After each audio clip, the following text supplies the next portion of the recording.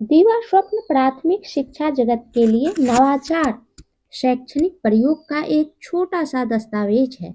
ये शैक्षणिक प्रयोग शिक्षा के स्तर पर वस्तु ज्ञान के स्थान पर आत्मज्ञान की प्रक्रिया को महत्व देते हुए सृजनात्मकता के नए आयामों को प्रस्तुत करते हैं।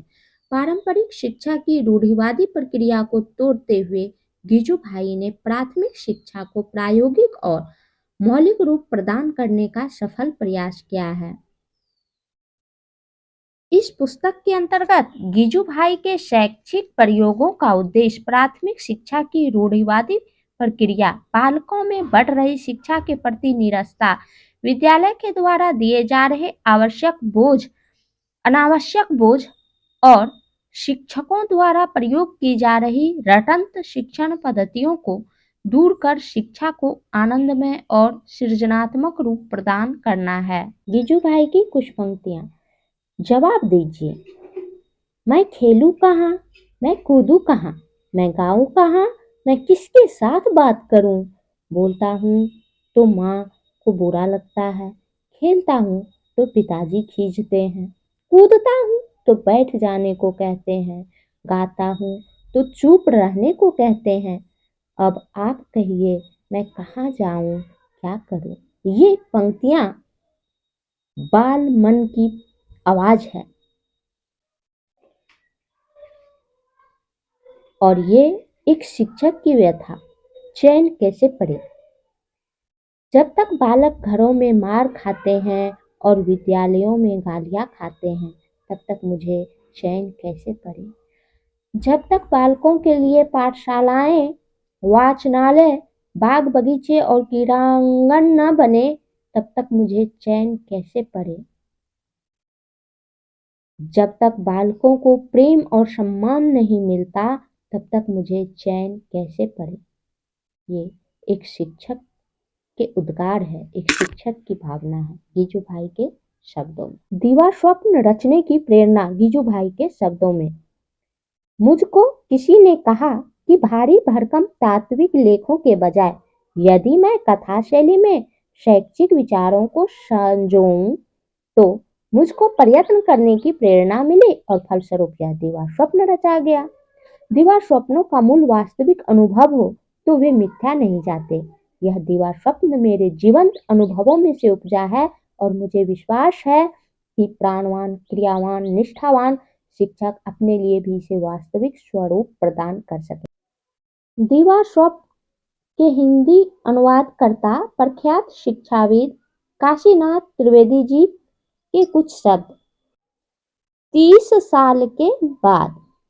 ठीक 30 साल पहले स्वर्गीय आचार्य श्री गिजुभाई बदेका की 2 पुस्तकों का गुजराती से हिंदी अनुवाद करने का संकल्प मेरे मन में उठा था।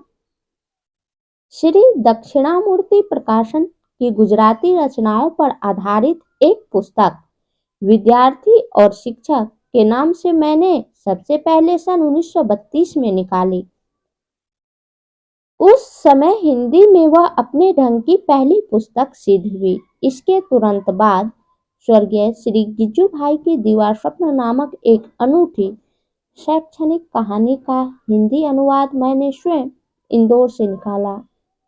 फिर मध्य भारत हिंदी साहित्य समिति इंदौर ने सन 34 में प्राथमिक शाला में भाषा शिक्षा प्रकाशित की।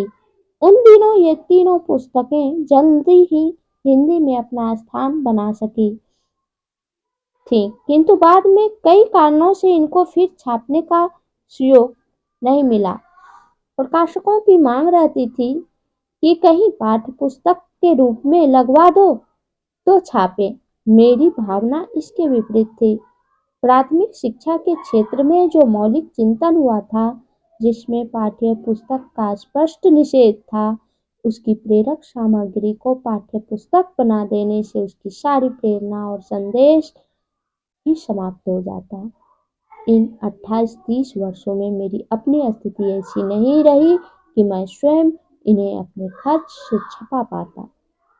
इधर उधर से इनकी मांगें प्रायः आया करती थी, पर पिछले कोई 25 वर्षों से ये तीनों पुस्तकें लगभग अप्राप्य रहीं।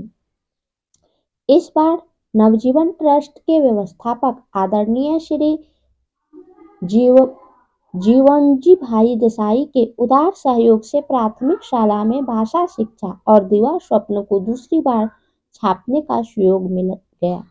इसके लिए मैं उनका और नवजीवन परिवार का बहुत ही आभारी हूँ। बड़ी तत्परता से उन्होंने इनकी छपाई की अनुकूलता कर दी। यद्यपि लगभग 30 वर्ष बीत चुके हैं, फिर भी दीवार स्वप्न और प्राथमिक शाला में शिक्षा भाषा शिक्षा दोनों आज की उतनी ही ताजी, उतनी ही प्रेरक और मार्गदर्शक है जितनी 30-35 साल पहले थी। प्राथमिक पाठशालाओं की पढ़ाई में जो भारी दोष आ घुसे हैं, उनकी ओर इशारा करके उसके स्वरूप को बदलने की अत्यंत मूलगामी, मूल्यवान और व्यावहारिक सूचनाएं इन दोनों मौलिक पुस्तकों में भरी पड़ी है। इन पुस्तकों के अध्ययन, अनुशीलन और अनुसरण से नई पीढ़ी के उत्साही और निष्ठावान शिक्षक भाई बहनों को अपनी शिक्षा पद्धति में आमूल परिवर्तन करने की स्वस्थ और सबल प्रेरणा मिल सकेगी। इसी एक विचार से प्रेरित होकर मैंने इन्हें फिर छापने का साहस किया है। आशा है नई पीढ़ी के शिक्षक, अधिकारी और शिक्षा संस्थाओं के कर्ता धर्ता इन दोनों पुस्तकों को अपनाकर इनसे भरपूर लाभ उठाएंगे। काशीनाथ त्रिवेदी।